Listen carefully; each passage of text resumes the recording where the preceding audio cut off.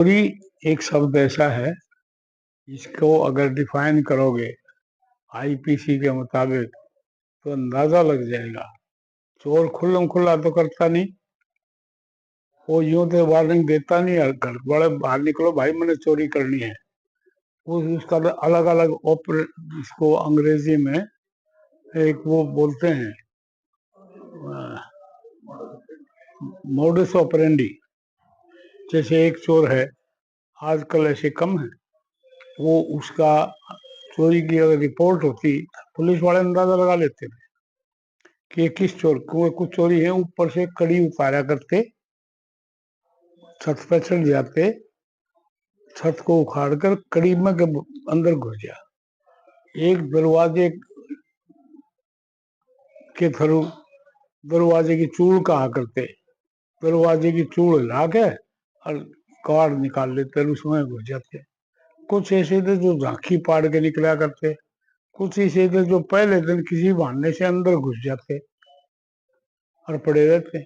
तो इसको अंग्रेजी में मोड ऑफ ऑपरेशन कहते हैं, मोडस ऑपरेंडी, कि किस चोर की क्या है। इनकी मोडस ऑपरेंडी का हमें अंदाजा लगाने लग रहे हैं कि ये करते चोरी कैसे हैं। चोरी जरूर करते हैं। देखो, आप भी मानोगे, आप तो पत्रकार हो, बहुत सीनियर साथी हो, मेरे ख्याल 15-20 साल से मैं देख रहा हूँ आपको। हरियाणा की पोजीशन क्या थी? मतलब लोग रुके मारे और फिर ये जीत गया। तो ये सीधा सा सवाल है जो आपका है कि भाई ये कैसे करते हैं, उस कैसे का जवाब तलाश करने लग रहे हैं हम। भाई किस ऑपरेंडी से ये चोरी हो रही है, what is the mode of operation of these people, तो ये जो चोरी करते हैं, तो वो देखने वाली बात है। चोरी जरूर है। आप अपने गांव से, अपने वार्ड से अंदाजा लगा लो, इतने यार शोर शराबा, और उस शोर शराबे में रिजल्ट क्या निकला था?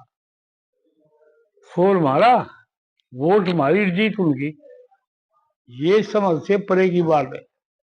और जिस ढंग का बिहार के अंदर था, बिहार में जितना शोर था नीतीश के खिलाफ, 10वीं बार शपथ लेगा, 9 पहले ले ली, इतने दिन में तो आदमी वो भी उब जाते हैं। लेकिन उसका सारा का सारा और किस ढंग के मतलब तरीके अपनाते हैं ये लोग, और इसकी सारी बैकग्राउंड में बीजेपी है। बीजेपी वालों के तो सेल है चोरी करवाने का, और वो सारा इनको डायरेक्शन देते हैं। इनका तो बहुत मतलब इनको तो बहुत लोग देंगे ना, इनको बहुत तरीके से इनसे सुलझना पड़ेगा। बहुत चालाक लोगों के हाथ में सरकार आ गई, हर हथकंडा इस्तेमाल करते हैं, हाथ जोड़ने का भी, रिश्वत देने का भी, गलत सलत कानून बनाने का भी। अब बिहार के अंदर कर दिया, हर महिला को 10-10 हजार देंगे, अनाउंस पहले कर दिया और चुनाव से 2 दिन पहले भेज दिए। जो मैं कहता हूँ इलेक्शन कमीशन अगर इस चीज को देखे कि जिस आदमी ने चुनाव से 2 दिन पहले 10-10 हजार रुपये भेज दिए इस पार्टी ने, वो इलीगल नहीं है? इससे ज्यादा और रिश्वत क्या हो सकती है?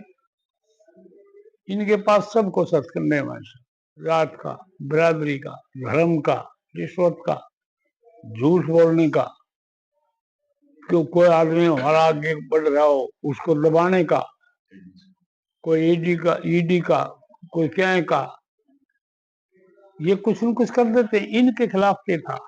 सुरेंद्र पवार हमारे पास बैठे हैं, बताओ मुझे भाई, आज क्यों नहीं कर रहे वो? चुनाव से 2 महीने पहले करने की क्या बात थी? और वो जमानत पे आ गए। लेकिन ये तो वो कहते हैं ना, श्याम दाम दंड भेद, तो चारों फार्मूले होते हैं ना, वो लागू कर रखे हैं। लेकिन कांग्रेस पार्टी हमेशा ठीक डायरेक्शन पर रही है। और मैं आपको बताता हूं, अंत हर चीज का आता है।